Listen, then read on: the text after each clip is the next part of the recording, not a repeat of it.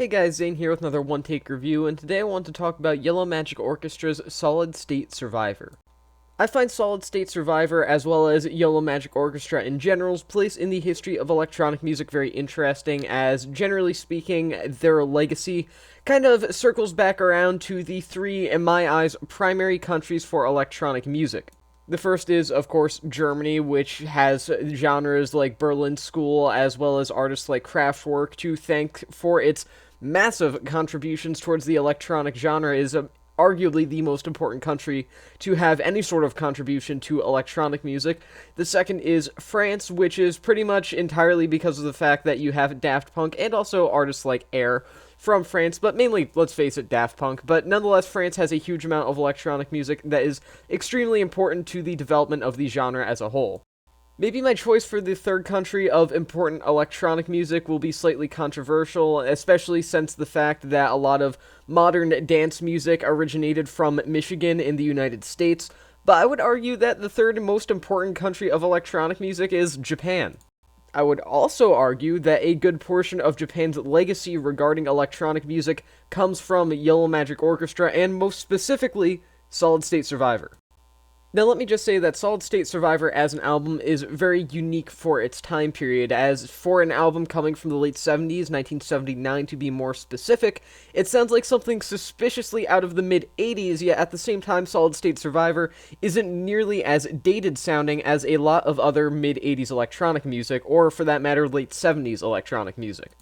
There's something so oddly warm and fresh about Solid State Survivor and Yellow Magic Orchestra's work here, even with it being a record that is undeniably ancient in terms of conceptualization, as well as generally fairly robotic overall. Electronic music as a whole has developed a huge amount since 1979 and has mostly left the sounds found on Solid State Survivor in the dust in the previous century for the most part, yet at the same time, I could easily picture something like Yellow Magic Orchestra's cover of the Beatles' Day Tripper here being released in the 21st century, but at the same time, you can definitely date it back to the 20th century as well. It walks such a very thin and almost indistinguishable line between modern and ancient electronic music, and I think it's very interesting because of that, and an immediately enticing record overall. It's just a very enjoyable album from that perspective alone, but it does help that the rest of the album itself is just fantastic.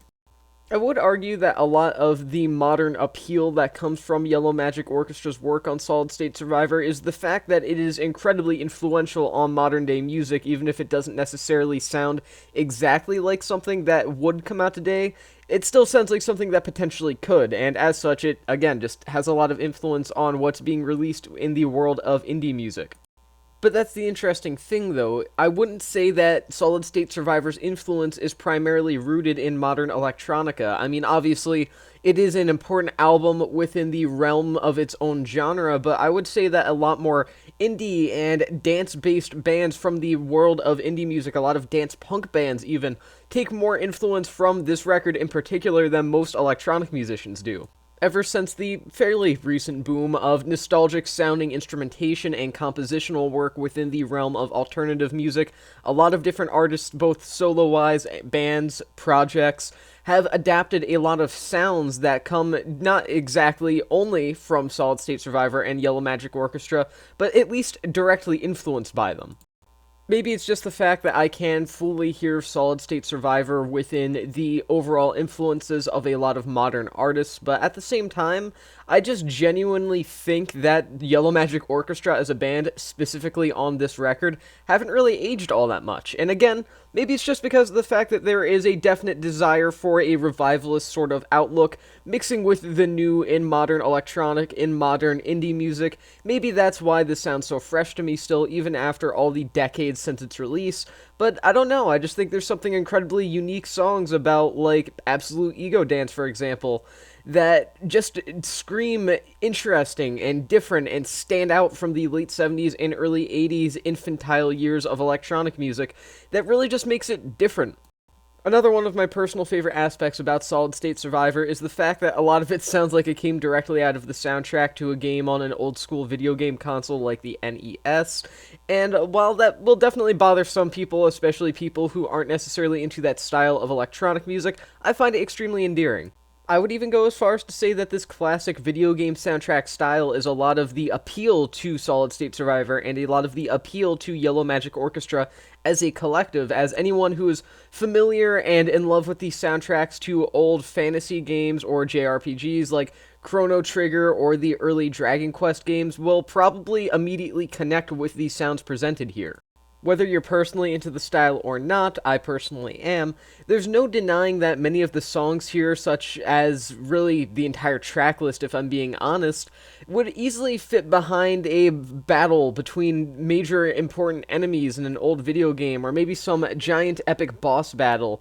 It's just something that definitely defines the record overall, and again, it will definitely turn some people away from it, but I think it makes it a, again, unique album that's undeniably ahead of its time, and remarkably mid-80s while also remarkably 21st century as well. However, even with its similarity to video game-related soundtracks, the overall instrumentation and compositional factor of Solid State Survivor should not be underestimated in any way. While keyboards and relating instruments are obviously the main attraction here in terms of actual performance work, drums and even backing vocals and regular vocals as well are thrown into the mix to make it a very varying album overall, which is a nice thing to see when a lot of electronic albums, especially from the earlier years of the genre, tend to repeat themselves and rely more on their influence than their overall quality.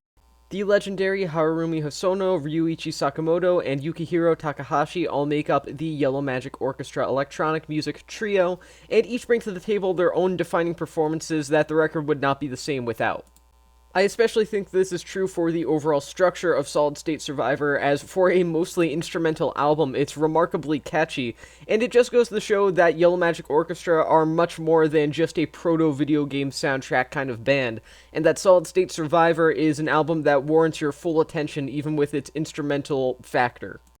So, overall, on Solid State Survivor, Yellow Magic Orchestra live up to their name and manage to orchestrate some early electronic magic on this record.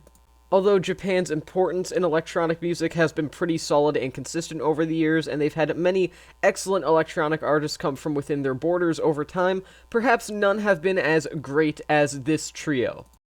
To expand on that, there are perhaps no other Yellow Magic Orchestra albums as great as Solid State Survivor, which is truly a fantastic, near masterpiece of an album, which is why I'm going to give it 4.5 stars out of 5. If I'm factoring in influence on this album, this would easily be a 5. Not only is it incredibly important to the development of electronic music, not only is it an essential listen, but it's frankly just an amazing album as well. It's not one of those albums that relies almost exclusively on its importance in the development of music history for it to be fully enjoyed. You don't have to understand it within the context of electronic music, you can just enjoy it, and that's the beauty of it. But nonetheless, 4.5 stars out of 5, and with that being said, that's the end of this review, and I'll see you guys in the next one.